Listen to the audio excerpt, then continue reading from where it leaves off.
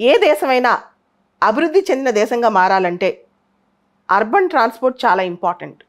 Paris, Germany, Austria, US ఇలా చాలా దేశాల్లో ప్రాంతీయంగా ఫాస్ట్ ట్రైన్స్ ఉన్నాయన్నమాట. ర్యాపిడ్ ఎక్స్ప్రెస్లు ఉన్నాయి ఒక ప్రాంతం నుంచి ఇంకో ప్రాంతానికి ఫాస్ట్గా వెళ్ళడానికి. ఒకసారి ఊహించుకోండి, ముంబైలో కానీ ఢిల్లీలో కానీ 3-4 గంటలు ప్రయాణం చేసి చుట్టుపక్కల ప్రాంతాల నుంచి జనం టైం అంతా అక్కడే వేస్ట్ చేస్తుంటారు. దానివల్ల చాలా నష్టపోతుంటారు కూడా. సో ఢిల్లీ నుంచి మీరట్కి గంటలోపే ప్రయాణం అయితే ఎలా ఉంటుంది? ఆ కళే సాకారమైంది ఈరోజు. ఆ ఎక్స్ప్రెస్ పేరే నమో భారత్ ఎక్స్ప్రెస్లు. ఈ నమో భారత్ మొదటి రైలు యూపీలోని సాహిబాబాద్ దుహే మధ్య ఈరోజు పరుగులు పెట్టింది, పట్టాలెక్కింది. దేశీయంగా తొలి ప్రాంతీయ సెమీ హై స్పీడ్ రైల్ నమో భారత్ ఈరోజు లాంచ్ అయింది. మోడీ గారు లాంచ్ చేశారు. ఇది regional semi high speed train అనమాట. ప్రాంతీయంగా సెమీ హై స్పీడ్ ట్రైన్. సాధారణంగా ఇది 180 km/h స్పీడ్తో డిజైన్ చేయబడింది. Operational speed 160 km/h. యావరేజ్గా మినిమం 100 km/h పరుగులు తీస్తారన్నమాట. ముందుగా ఈ ర్యాపిడ్ రీజనల్ ట్రాన్సిట్ సిస్టంలో భాగంగా ఫస్ట్ కారిడార్ని ఈరోజు లాంచ్ చేశారు. ఫస్ట్ ట్రైన్ కూడా ఈరోజు లాంచ్ చేశారు. ఢిల్లీ, గజియాబాద్, మీరట్ కారిడార్. దాంతోపాటు ఫస్ట్ నమో భారత్ ట్రైన్ కూడా ఆయన లాంచ్ చేశారు. ఈ కారిడార్ తర్వాత నెక్స్ట్ ఢిల్లీ, ఫరీదాబాద్, బల్లభ్గర్, పల్వాల్ కారిడార్, తర్వాత గజియాబాద్, కుర్జా కారిడార్, ఆ తర్వాత Delhi, Bahadurgarh, Rohtak corridor, Ghaziabad, Hapur corridor, Delhi, Shahdara, Baraut corridor, ఇలా రకరకాల కారిడార్స్లో కూడా లాంచ్ చేయనున్నారు ఈ రీజనల్ ర్యాపిడ్ ట్రాన్సిట్ సిస్టమ్ని. ప్రాంతీయంగా ఈ ర్యాపిడ్ ట్రాన్సిట్ సిస్టమ్ చాలా ఇంపార్టెంట్ అనమాట. జనరల్గా పెద్ద పెద్ద సిటీస్ చుట్టుపక్కల నుంచి రీజనల్ కనెక్టివిటీ అనేది రైళ్ళ ద్వారా ఉంటే చాలా ఫాస్ట్ ట్రైన్స్ ద్వారా అంటే high speed trains, semi high speed trains, దానివల్ల యాక్టివిటీస్ చాలా సులభం అవుతాయి. ఈ రీజనల్ ర్యాపిడ్ ట్రాన్సిట్ సిస్టమ్ యొక్క ఆబ్జెక్టివ్స్ ఏంటి? ఎందుకు గవర్నమెంట్ ఇలాంటి ట్రైన్స్ని లాంచ్ చేస్తోంది? స్లోగా అనేక ప్రాంతాల్లో ఈ కారిడార్స్ లాగా ఏర్పాటు చేసి ట్రైన్స్ అని లాంచ్ చేయబోతోంది. ఏంటి అసలు ఈ ట్రైన్స్ వెనకాల రహస్యం? ముందుగా ఫాస్టర్ కనెక్టివిటీ. అర్బన్ ట్రాన్స్పోర్ట్లో చాలా ఫాస్టర్ కనెక్టివిటీ తీసుకురావడం కోసం. రెండోది, జనరల్గా మనం అర్బన్లో ముఖ్యంగా పట్టణాల్లో కార్లు, స్కూటర్లు బాగా వాడతాం. ప్రజలకి పబ్లిక్ ట్రాన్స్పోర్ట్ని అలవాటు చేయడం కోసం, ప్రభుత్వ రవాణా వ్యవస్థను అలవాటు చేయడం కోసం. తర్వాత ట్రావెలింగ్ టైం ఎప్పుడైతే తగ్గుద్దో, స్పీడ్ ఎప్పుడైతే పెరుగుద్దో, ప్రజల యాక్టివిటీస్ ఎక్కువ ఫోకస్ అవుతాయి. ప్రజలు ట్రాన్స్పోర్ట్ టైం తగ్గించి యాక్టివిటీస్ మీద ఫోకస్ పెడతారు. దానివల్ల జీడిపి పెరుగుద్ది, జీడిపి కంట్రిబ్యూట్ అవుద్ది, మన ఇన్ఫ్రాస్ట్రక్చర్ కూడా పెరుగుద్ది. మల్టీ మోడల్ కనెక్టివిటీ కూడా పెరుగుతూ ఉంటుంది అనమాట.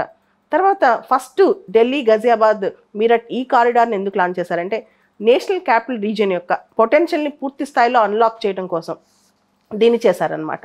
గంటకు 180 కిలోమీటర్ల వేగంలో దూసుకెళ్లేలా తయారు చేయబడ్డ ఈ రైళ్లలో అధునాతనమైన సదుపాయాలు ఉన్నాయి.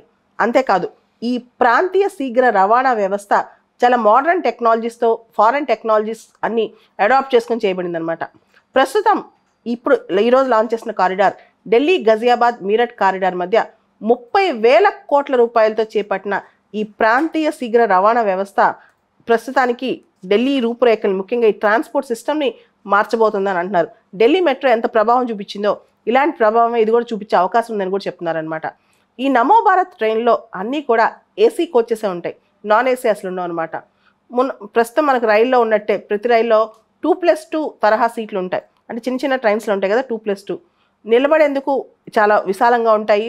మనకి రకరకాల అరలు, సిస్టమ్స్, సీసీ కెమెరాసు, తర్వాత exits, emergency exits, laptop, mobile charging units, route maps అన్నీ కనిపిస్తాయి అన్నమాట. ఈ ట్రైన్స్ మార్నింగ్ 6 నుంచి నైట్ 11 వరకు నిరంతరం సేవలు అందిస్తాయి అన్నమాట. ప్రతి పావు గంటకి ఒకటి చొప్పున ఒక ప్రాంతం నుంచి ఇంకో ప్రాంతానికి ఈ ట్రైన్స్ ఉంటాయి అన్నమాట. సో ప్రతి రైల్లో 6 కోచెస్ ఉంటాయి, 6 కోచెస్ ఉంటాయి అన్నమాట. ఈ కోచెస్లో ప్రీమియం కోచెస్ ఉంటాయి, స్టాండర్డ్ కోచెస్ ఉంటాయి. నిల్చుని ప్రయాణం చేసే వాళ్ళతో కలిపి కౌంట్ చేస్తే ఒక్కొక్క ట్రైన్లో ఈ నమో భారత్లో 6 కోచెస్లో దాదాపు 1700 మంది ప్రయాణం చేయొచ్చు ఒకటేసారి. ఇది చాలా ఇంపార్టెంట్. టికెట్ కాస్ట్ కూడా చాలా తక్కువ అనమాట. ప్రీమియం కోచెస్లో అయితే 40 రూపాయల నుంచి 100 రూపాయలు, స్టాండర్డ్ కోచెస్లో ప్రామాణికమైన కోచ్లు అయితే 20 నుంచి 50 రూపాయలు అనమాట. సో రవాణా ఖర్చు కూడా జనానికి బాగా తగ్గిపోద్ది అక్కడ ఉన్న ప్రజలకి. సో ప్రతి రైల్లో ఈ 6 కోచెస్లో ఒక కోచ్ మహిళలకు మాత్రమే కేటాయిస్తున్నారు. మహిళలు, దివ్యాంగులు, వృద్ధులు వీళ్ళందరి కోసం ప్రత్యేకంగా ప్రతి కోచ్లో కొన్ని సీట్లు కూడా పెడుతున్నారు అనమాట. సో ప్రీమియం కోచెస్ అయితే సీట్ రిక్లైనర్స్ కూడా ఉన్నాయి, కొంచెం వెనకాల వాడు కూర్చునేటట్టు కూడా ఉన్నాయి అనమాట. సో ఇలాంటి కారిడార్స్ దాదాపు 8 ప్లాన్ చేస్తున్నారు భారతదేశంలో.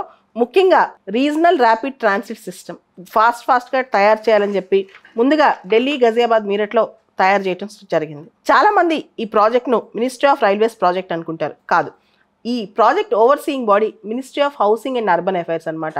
వీళ్ళే నేషనల్ క్యాపిటల్ రీజియన్లో ఈ ర్యాపిడ్ రైల్ ట్రాన్సిట్ సిస్టమ్ని పర్యవేక్షిస్తుంటారు. ఈ నమో భారత్ రైల్ని తయారు చేసిన వాళ్ళు national capital region transport corporation. ఇది ఒక joint venture company. Central government మరియు Delhi state government, Haryana, Rajasthan, UP ఇలా రకరకాల స్టేట్ గవర్నమెంట్స్తో కలిపి ఈ ప్రాజెక్ట్ జాయింట్ వెంచర్గా చేస్తుంది national capital region transport corporation. ఈ రీజనల్ ర్యాపిడ్ ట్రాన్సిట్ సిస్టమ్ చాలా ఫారెన్ రీజనల్ ట్రాన్సిట్ సిస్టమ్స్తో ఇన్స్పైర్ అయిన సిస్టమ్ అనమాట. ప్యారిస్లో RER అనే ఇలాంటి సిస్టమే ఒకటి ఉంది. అదేవిధంగా జర్మనీలో, ఆస్ట్రియాలో ఇలాంటి సిస్టమ్స్ ఉన్నాయి. అమెరికాలో సెప్టా రీజనల్ రైల్ అని ఉందన్నమాట. సో ఇవన్నీ కూడా రకరకాల దేశాల్లో ఆల్రెడీ ఇంప్లిమెంట్ అయ్యి సక్సెస్ అవుతున్నాయి. ప్రపంచంలో చాలా దేశాలు మనం చూస్తే, ముఖ్యంగా బాగా ప్రోగ్రెసివ్ డెవలప్డ్ కంట్రీస్ చూస్తే 3 కోచెస్, 4 కోచెస్, 5 కోచెస్ ఉన్న రైల్స్ పొద్దాక పరిగెడుతూనే ఉంటాయి ఒక ప్రాంతం నుంచి ఒక్కొక్క ప్రాంతానికి. ఇవి చూస్తే కనుక మనకు అర్థమవుతుంది ఇండియాలో ఇలాంటి ఫాస్ట్ ట్రైన్ సిస్టమ్స్ ఉంటే చాలా ఈజీ అవుతుంది కదా అని. దానికి ఎగ్జాంపులే ఇప్పుడున్న రీజనల్ ర్యాపిడ్ ట్రాన్సిట్ సిస్టమ్.